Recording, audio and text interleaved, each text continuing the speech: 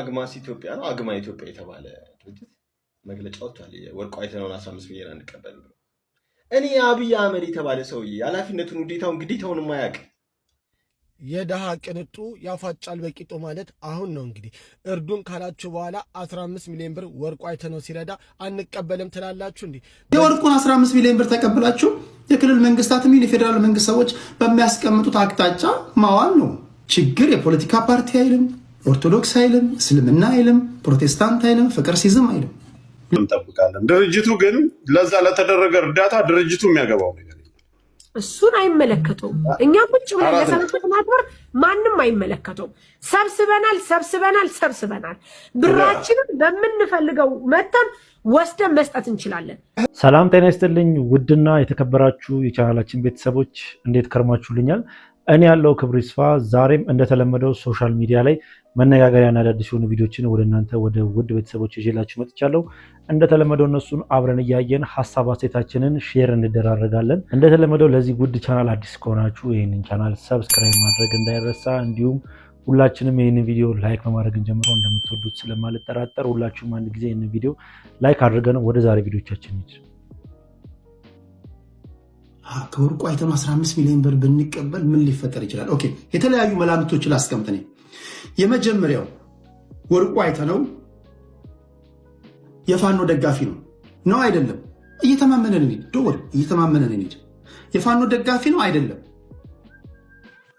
እስኪ መጣለው ለወርቁ አይተነው ፌርነስ ትንታኔ ይሰጣለው። ችግር የለውም አትፍሩ፣ አይዟችሁ። ነው አይደለም? ወርቁ አይተነው ባለሀብቱ ወርቁ አይተነው የፋኖ ደጋፊ ነው አይደለም? የስ ሁሉ ብዙዎቻችሁ የስ እያላችሁ አይዟችሁ። የወርቁ ደጋፊዎች እኔ ለወርቁም ፌርነስ ትንታኔ ይሰጣችኋለሁ። ችግር የለውም። እኔ በሁለቱም መንገድ ነው ማየት የምፈልገው የምወደው። ኦኬ ፋኖ ደጋፊ ነው። ፋኖ ከመንግስት ጋር ጸበኛ ነው አይደለም? ፋኖ በማንኛውም መንገድ የደጋፊዎችን ገንዘብ ይፈልጋል አይፈልግም?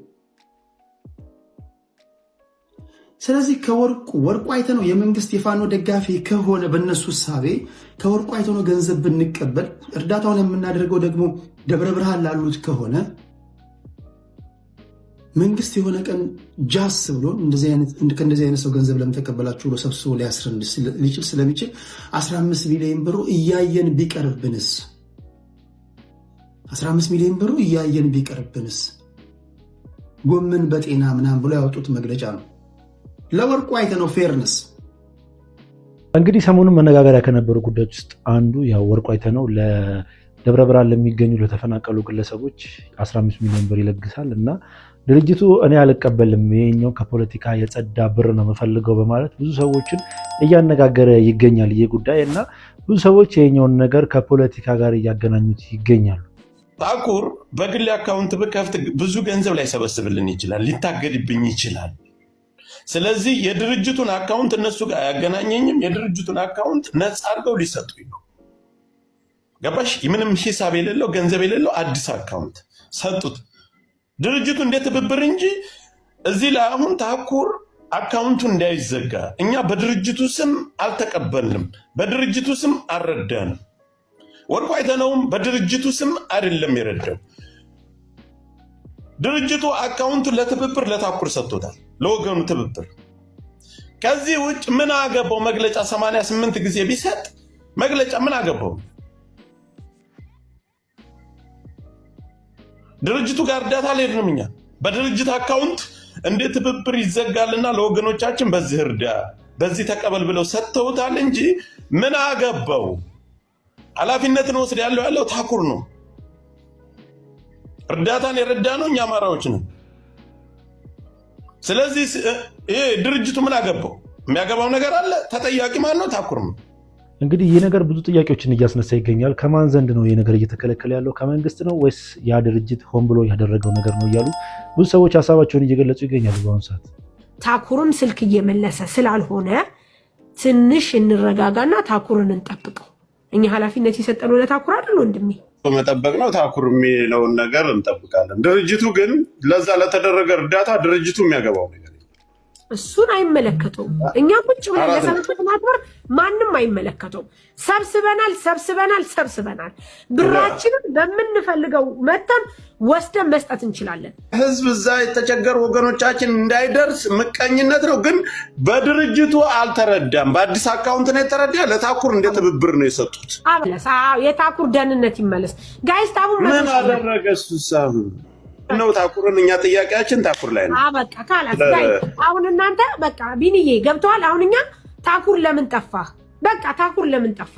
ጊዜ እንዲኖረው ፈልግ ይሆናል። እስከሚያስተካክል ሊሆን ይችላል። በጊፍት የወረደውንም ልኮልናል። እንዲሁም ደግሞ የተሰበሰበውን ብር በቀደም እንትን ብሎልናል። አሁን ዛሬ ደግሞ ትናንትን በጣም እየገባ ስለሆነ ታኩር ለምን ጠፋ? በቃ ጥያቄያችን ይሄ ነው። ምን ሆነ ነው? ሰላም ነው ወይ? በቃ አለቀ። እኛ ስለ ድርጅት እኛ ታኩር ላይ ነው ያለው ነገር። ድርጅቱ ጣልቃ ገበረ በማገባው ገብቶ ነው የሚያቦካ። ድርጅቱ እኛ የረዳ ነው ወርቆ የሰጠው አካውንት እንደልገዛ እንጂ የሰጠ ድርጅቱ አታሽቃብጡ። ወላ አቡበከር አንክ ማኖንክ ለኔ ደንታ አይደለም። ድርጅቱ እኛ በእናንተ አረዳን። ችግርም አለ ድርጅቱ ጋማ ችግር የለውም። እኔ ጋር እንነጋገራለን። በይሽ ስራሽ።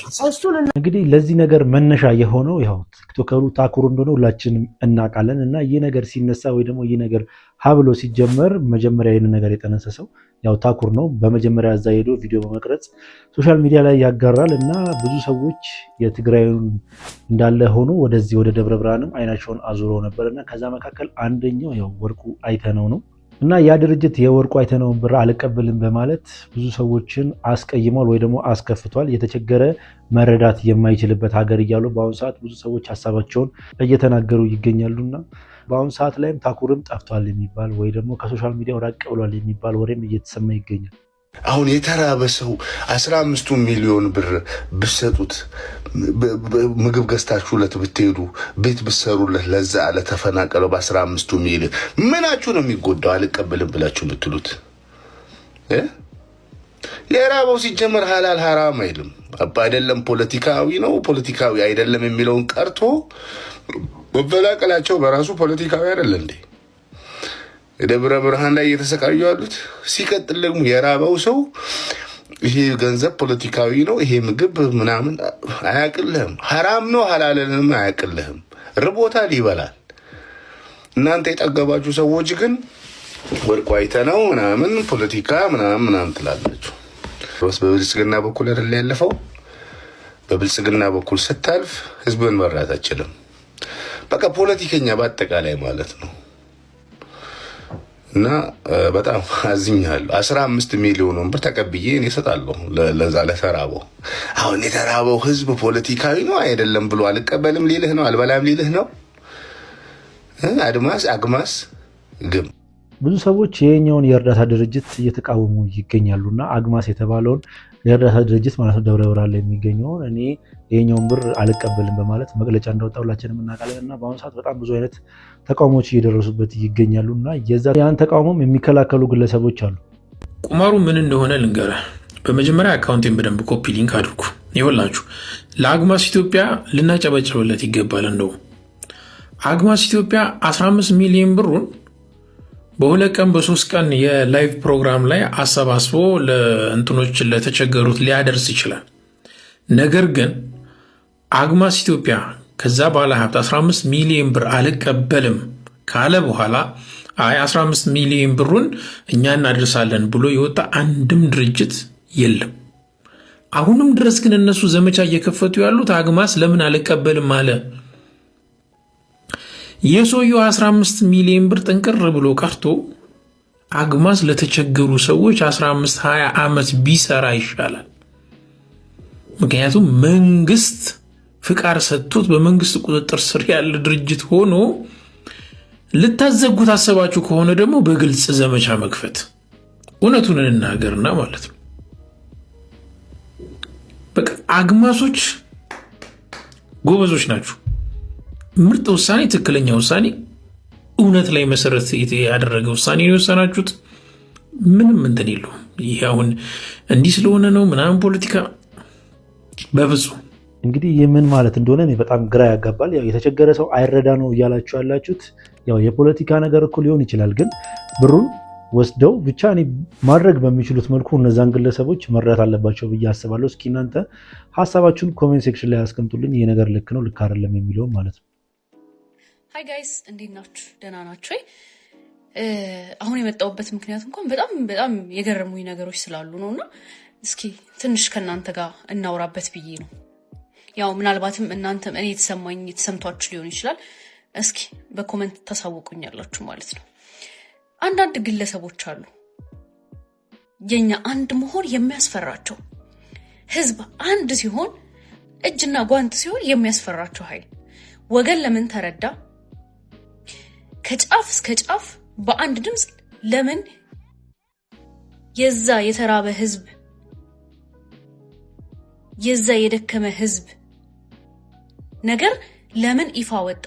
ለምን በየቦታው ገንዘብ ተሰባሰበ? ሰው በነቂስ ወጥቶ ለምን ተረዳ? በአጠቃላይ አንድነታችን የሚያስፈራቸው ሰዎች አሉ። አይ ዶንት ኖ ዋይ። ለምንድን ነው የምትፈሩት? አንድ ስንሆን አንድ መሆናችን አያችሁ አይደለ? በጣም ብዙ የሚያስፈራው ሰው አለ። አንድ መሆናችን የሚያምርብንም አንድነታችን ነው። ልዩነታችንን አጥብበን አንድ ስንሆን የሚፈራ ኃይል አለ። ያንን ኃይል ደግሞ ፈርተን ወደ ኋላ የምንልበት ነገር አይኖርም አይደለ? አሁንም የተራበ ህዝባችን ይጠግባል። in 21 century in this year ሚራብ ሰው ሊኖር አይገባም። ስለዚህ በየትኛውም ክልል የረሃብ ችግር እንዲኖር አንፈልግም። በየትኛውም ክልል ደግሞ እርዳታው ይቀጥላል፣ ይረዳል አይደለ ጋይስ? ይሄ ነገር ዝም ብላችሁ አስቡት። በዛ በኩል እርዳታው ይቆም፣ ህገ ወጥ ነው። በዚህ በኩል ደግሞ በጣም ብዙ ነገሮች እየተባሉ ነው። ስለዚህ አንድነታችን የሚያስፈራቸው እንደውም የበለጠ እንዲፈሩ አንድ ላይ እንደዚህ እጅ ለእጅ ተያይዘን የተራበ ህዝባችንን እናጠግባለን። በዚህ ዘመን የተራበ ህዝብ የተጠማ ህዝብ እንዲኖረን አንፈልግም አይደል? እስኪ አንድነታችንን የሚፈልግ አንድነት የናፈቀው በጋራ እጅ ጓንት ሆኖ የተራበን ህዝብ ማጥገብ የሚፈልግ በኮሜንት ያሳውቀኝ፣ ከኔ ሀሳብ ጋር የሚስማማ ማለት ነው። እኛ ግን ወደ ኋላ የለም አይደል? ወደ ኋላ የለም፣ ወደ ኋላ ስበሽ ካስገባሽኝ በኋላ ብሏል ዘፋኙ አይደል? ከገባንበት በኋላ ወደ ኋላ ማለት የለም። በዚህ ዘመን የሚራብ ህዝብ አይኖረንም። በቃ ይሄው ነው። እንግዲህ ብዙ ሰዎች እየፈሩ የሚገኙት ወይ ደግሞ ሀሳባቸውን እያጋሩ የሚገኙት የአማራና የትግራይ ጥምረት ለመንግስት ያስፈራዋል እያሉ ይገኛሉ እና በኩል ሰዓት በኩል ሁኔታ ላይ ያው እንደዚህ አይነት ነገር መከሰቱ መንግስትን ትንሽ ጥያቄ ውስጥ ከቶታል እና ይህ ነገር ተገቢ አይደለም በማለት ነው መንግስት ይህን ነገር እያደረገ ያለው የሚገኘው በማለት ብዙ ሰዎች ሀሳባቸውን እየገለጹ ይገኛሉ። እስኪ እናንተ ምን ይመስላል ወይ ደግሞ ምን ሊሆን ይችላል ብላችሁ ታስባላችሁ? ይህ ነገር ሰላም ጋይስ እንደምን አላችሁ? እንግዲህ የምትመለከቱት የኢትዮጵያ ንግድ ባንክ ትልቁ ቼክ ነው ማለት ነው። ለኢትዮጵያ አደጋ ስጋት ስራ አመራር ኮሚሽን 16 ሚሊዮን 600 ሺህ ብር ልናስረክብ ነው አሁኑን ሄደን ማለት ነው። እንግዲህ እዚህ ጋር የምንፈርመው እፈርማባታለሁ ማለት ነው። እንደዚህ ታደርግና ወደዚህ እኛ ምኑ ጋር እንፈርም? እዚህ ጋር እንፈርም። እዚህ ጋር ፈርም ያለው ነው። ሸት ቡም ካሜራማን የሚፈርማል። አዳዲስ እስጋ ያንተ ደመቀ አዲስ ሰራ የሱ ደመቀ እንደ አዲስ አረብ እናት ስማ፣ ይኸው እንግዲህ እንደምትመለከቱት እያስረከብነው ነው። ለምን 16 ሚሊዮን 600 ሺህ ብር እነሱ የሚያደርጉትን ያውቃሉ። በስነ ስርዓት አድርገው ዴሊቨር ያደርጉታል። እኛ እንግዲህ ክህሎቱ የለንም ይሄን ያክል ብር ወደ ምግብ ቀይረን ዴሊቨር ለማስደረግ እውቀቱ ስለሌለ፣ እነሱ ግን የተካኑበት በዚህ የሚያውቁት ነገር ስለሆነ እነሱ በሴፍቲ እንደሚያደርሱልን ቃል ገብተውልናል ማለት ነው። የምንጨምረው ነገር አለ? አረ ምን በቃ ጨርሰናል። አሁን ደግሞ በኋላ እዛ ስናስረክብ ደግሞ እናሳያቸዋለን። ሰሞኑን ወደ ላይ 24 ሰዓት ባልሞላው ጊዜ ውስጥ 16 ሚሊዮን ብር እንዳሰባሰበ ሁላችንም እናውቃለን እና ያንን ብር ለመንግስት ገቢ አድርጓል ማለት ነው። ለመንግስት ድርጅት ገቢ አድርጓል ማለት ነው እና ብዙ ሰዎች አስፈራርተውት ነው ማስፈራሪያ ደርሶት ነው እያሉ ይገኛሉ እና ይህ ነገር በጣም ያልወዳል አስፈላጊ ነገር እየሄደ ይመስለኛል። ብዙ ቲክቶከሮች እንደዚህ አይነት ነገር ውስጥ እየገቡ ይመስለኛል። የኔ ንግድ አይደለም። ንግድ ማለት ተደምሮ ተቀንሶ እዚህ ምድር ላይ የምትኖረው 67 ዓመት። ከዚህ ውጭ ያለው ኑሮ በአጠቃላይ ዘላለማዊ ህይወት ላይ ነው። እኔ 13 ዓመት ከ5 ወር እስር ቤት ነበርኩ። 8 ዓመት ደግሞ ጨለማ ቤት ነው የኖርኩት። 4 ዓመት ካቲና ታስሬያለሁ። 8 ዓመት ጨለማ ቤት እየሆንኩ የኔ አይምሮ ተቀይሯል። ለምንድን ነው? ኖበዲ ነው፣ ምንም ነገር በቃ እዛ ውስጥ ያለው እግዚአብሔር እናንተ ብቻ ናችሁ። ያ የምትወዳቸው ጓደኞች እንሞትላናል ያሉ ከቤተሰቦቹ ውጭ ሁሉም እንደጉም ተነዋል። እዛ ጋር ቁጭ ብለህ ሻይ መጠጫ ታጣለህ። እዛ ጋር ቁጭ ብለህ አንድ ኮካ ይናፍቃል። ሁሉም ሰው ይጠፋል። ያን ጊዜ ያለ አጠገብህ እግዚአብሔር ነው። ስትሞትም ለካ ንብረትህን ማያገለግልህ። ስለዚህ እኔ የተረዳሁት ነገር እኔ በማልፍበት ሰዓት እዚህ የሚቀር ነገር የሚጠነባ የሚሸት የሚከረፋ እንጂ ለእኔ ምንም አይደለም። ለእኔ ምንም አንድ ሰው ማዳን ነው።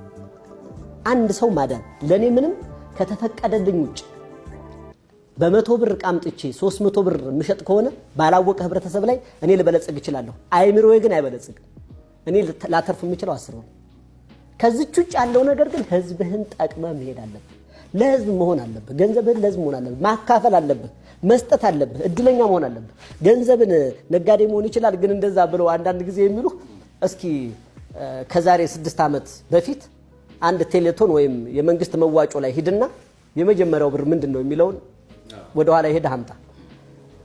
እኔ ከእስር ቤት ተፈትቼ ስራ ጀምሬ ማዋጣት ከጀመርኩ በኋላ ግን 30-40 ሚሊዮን ምን ሆኑ ጌጥ ሆኖ ማለት ነው።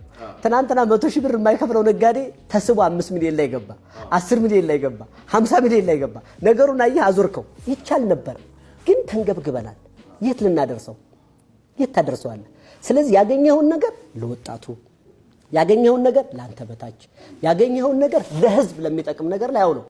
ለአንተ መኖሪያ እንደነገርኩ አንድ እንጀራ እንኳን አትበላም። አሁን ጊዜ ሆነ ነው የምትሄደውና የኔ እንትን አንደኛ ትርፉ ተመጣጣኝ መሆን አለበት። ሁለተኛ ያገኘኸው ገንዘብ ደግሞ ማካፈል መቻል አለበት። በቃ ማካፈል ነው። ለምን ይዘው አትሄድም? ስትሄድ የጋብቻ ቀለበት እንኳን ብትኖር እንደዚህ አርገው ፈተው ቁጭ አድርገው ባዶህን አድርገው ነው የሚሄዱ። ሁሉም ነጋዴ እንዲያውቀው እንፈልገው ያካበተውን ነገር ሁሉ ሳይበላው በበሽታ ነው የሚሞተው። ከሞተ በኋላ ክፋቱ ግን ደግሞ ምን አድርገልኛል? ላንተ ጸጋና ሀብት ሰጠው፣ ምን አደረከው? እግዚአብሔር መጥቶ በእጃችን ይሰጣል? አይሰጥም። ላንተ እኔን ለኔ አንተ ለሱሱ ነው አይደል ያደረገን? ይሄን አድርገናል። ብራብ አብልተኛል፣ ብታረዝ አልብሰኛል፣ ብራብ አብልተኛል፣ ብታስር ጠይቀኛል። እሱን አይደለም ያለው፣ በሱ አምላክ የተፈጠረውን ሰው ነው። አየህ። ስለዚህ እኔ ደስ የሚለኝ አንድ ሰው አጠገቤ መጥቶ ወርቁ ተቸገርኩ ሲለኝ የምሰጠው ሳገኝ ነው። እግዚአብሔርን ለምንሆን ጊዜ የምሰጠው ነገር እንዳያሳጣኝ ነው። ባይዘው እንደ መስጠቴ የሌላቸው የዳዎች መጨረሻ ነበር መሆን ያለብኝ። ግን መስጠት ጸጋ ስለሆነ ሁሉ ጊዜ ይሰፋል። ሁሉ ጊዜ ማን ነው በዚህ ደረጃ ፋብሪካ ኢትዮጵያ ውስጥ ያቋቋመ? ያውም ከእስር ቤት ወጥቶ። ይሄ እግዚአብሔር ነው እንጂ እኔ ንግግር በአንድ ወቅት ወርቁ አይተነው የተናገረው ንግግር ነውና ብዙ ሰዎች በዚህ ነገር ላይ ሀሳባቸውን እየሰነዘሩ ይገኛሉና ከዚህ በቀጥል ደግሞ ማቀርብላችሁ ያው ለወርቁ አይተነው ዶክተር አብይ የተናገረው ንግግር አለ። እስኪ ምንድነው የሚለውን አብረን ሰምተን እንመለስ። አቶ ወርቁ አይተነው የ6ኛ ክፍል ተማሪ ነው።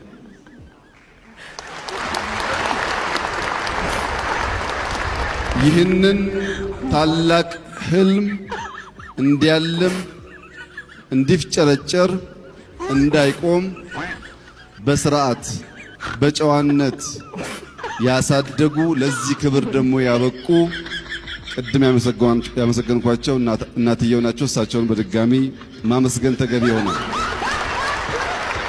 ነገር ግን የ6ኛውን ክፍል ተማሪ እረኛ መሆን ሲገባው፣ የቆሎ ተማሪ መሆን ሲገባው አክብሮ አስጀምሮ ያስጨረሰው ደግሞ ፈጣሪ ምስጋና ይገባዋል። ኢትዮጵያ 3 ወሳኝ ምሰሶዎች አሏት። የመጀመሪያው ምሰሶአችን ኢትዮጵያን የፈጠረ ያቆየ የሚመራት የኢትዮጵያ ፈጣሪ ነው። እንግዲህ ወርቁ አይተነው በአሁን ሰዓት ላይ በጣም መነጋገሪያ ሆኗል። ያው 15 ሚሊዮን ብር ሰጥቶ ያው አንፈልገውም በማለት ፖለቲካዊ ነገሮች ተራምደዋሉ ብዬ ነው ማስበው። ግን እኔ በዚህም ማለ በዛ ችግርተኞቹ ቢረዱ ምንም መጥፎ ነገር ነው ብዬ አላስብም። መንግስትም ይሄ ነገር እንዴት እንዳሳሰበው በጣም ግራ ያጋባል። ብዙ ሰዎችም በዚህ ጉዳይ ላይ ሀሳባቸውን እየሰነዘሩ ይገኛሉ። እኔ ብቻ ነኝ 15 ሚሊዮን ብሩን ባለመቀበላቸው ቅር ያለኝ። አግማስ ኢትዮጵያ ወርቁ አይተነው የሰጣቸውን 15 ሚሊዮን ብር እንደማይቀበሉ ዛሬ በመግለጫቸው አስታውቀዋል። ለዚህም ምክንያት ያደረጉት የእኛ ድርጅት ከየትኛውም ፖለቲካና ሃይማኖት ገለልተኛና ነፃ የሆነ ስለሆነ ከእሱ አንቀበልም ብለዋል። በነገራችን ላይ አንድ ድርጅት ከፖለቲካ ከብሔርና ከሃይማኖት ነፃ ነው ማለት ፖለቲካ ውስጥ ያሉ፣ ሃይማኖት ውስጥ ያሉ፣ ብሔርተኝነት ውስጥ ያሉ ሰዎች መርዳት አይችሉም ማለት አይደለም። ለምሳሌ ጠቅላይ ሚኒስትሩ ብር ሊሰጣችሁ ይችላል። ነገር ግን አንተ ፓርቲ ስላለክ ከአንተ አንቀበልም ማለት መብት የላቸውም። ለምሳሌ የኢትዮጵያ ኦርቶዶክስ ተዋሕዶ ቤተክርስቲያን ልትረዳችሁ ትችላለች። ነገር ግን እኛ ከሃይማኖተኛ አንቀበልም ማለት አትችሉም። የትኛውም ሰው የራሱ የሆነ ሃይማኖት አለው፣ ፖለቲካ አለው፣ ብሔር ብሎ የሚያስበው ነገር አለው። ያ ማለት ያ ሰው ወገኑን መርዳት አይችልም ማለት አይደለም። ማንም ሰው የፈለገውን ፖለቲካ፣ ሃይማኖት፣ ብሔር ይከተል። ነገር ግን መርዳት እስከፈለገ ድረስ፣ ለህዝቡ መድረስ እስከፈለገ ድረስ ሊፈቀድለት ይገባል ብዬ አስባለሁ። ያ ካልሆነ ግን እስካሁን ድረስ ቢያንስ ከ1000 ሰው በላይ በዚህ እርዳታ ላይ ተሳትፏል ብዬ አስባለሁ። እነዚህን ሁሉ ሰው እንዴት ታውቃላችሁ? ምን ያስቡ? ፖለቲካቸው፣ ብሔራቸው፣ ሃይማኖተኝነታቸው ምን ይሁን በምን ታውቃላችሁ? ወርቁ አይተነው ይህንን ገንዘብ የረዳው ለህዝቡ እስከሆነ ድረስ፣ ለሰላም ህዝቡ እንዲጠቀምበት እስከሆነ ድረስ፣ ለየትኛውም ፖለቲካ ለየትኛውም ብሔርተኝነት ብሩን እስካልሰጠ ድረስ ቢቀበሉትና ለህዝቡ የሆነ ነገር ቢያደርጉለት የተሻለ ነው ብዬ አስባለሁ። 15 ሚሊዮን ብር የሚናቅና አንፈልግም የሚባል ገንዘብ አይመስለኝም። መሆን ያለበት ዓላማው እንጂ አንተ እንደዚህ ነህ አንተ እንደዛ ነህ የሚለው ጉዳይ አይመስለኝም። ህዝቡ እየተራበ ነው፣ ህዝቡ እየተቸገረ ነው። በዚህ ሁኔታ ውስጥ ገንዘብ እንደዚህ መጥቶ እያለ አንተ እንደዚህ ነህ አንተ እንደዛ ነህ አንተ የዚህ ፖለቲካ አንተ የዛ ፖለቲካ መባባላችን ቢቀር የተሻለ ይመስለኛል። የኔ ምክንያት ምንድነው? ወርቁ አይተነው ይህንን ገንዘብ የሰጠው ለህዝቡ እስከሆነ ድረስ ለየትኛውም ፖለቲካና ብሔርተኝነት እስካላበረከተ ድረስ ተቀባይነት ቢኖረው የተሻለ ይመስለኛል። እንግዲህ ብዙ ሰዎች የኛውን እንደዚህ አይነት ሀሳብ ነው እየሰጡ የሚገኙት። ምንድነው በቃ በዚህ ማለበዛ ብሩን ተቀብለው የተቸገሩትን መርዳት ሲገባቸው ግን እነሱ እንደዚህ አይነት ነገር ብለው መግለጫ ማውጣታቸው በጣም ብዙ ሰዎችን ያናደደ ነገር ሆኖ ተገኝቷል። ያው የተቸገረን መርዳትና ፖለቲካን ምን ያገናኘዋል እያሉ ብዙ ሰዎች ሀሳባቸውን እየሰነዘሩ ይገኛሉ። ለማንኛውም ምርጦችዬ የዛሬ ቪዲዮቻችን እነኚህን ይመሳስሉ ነበረ። ቪዲዮቻችን እንደተመቻችሁ ጥርጥር የለኝም። ቪዲዮ ከተመቻችሁ ላይክ፣ ሼር፣ ሰብስክራይብ ማድረግ እንዳይረሳ። በተለይ ሰብስክራይብ በማድረግ የቻናላችን ቤተሰብ እንዳይረሳ። ሀሳብ አስተያየት ካላችሁ ኮሜንት ሴክሽን ላይ አስቀምጡልኝ። በቀጣይ ቪዲዮ እስክንገናኝ ድረስ ሰላም ቆዩልኝ።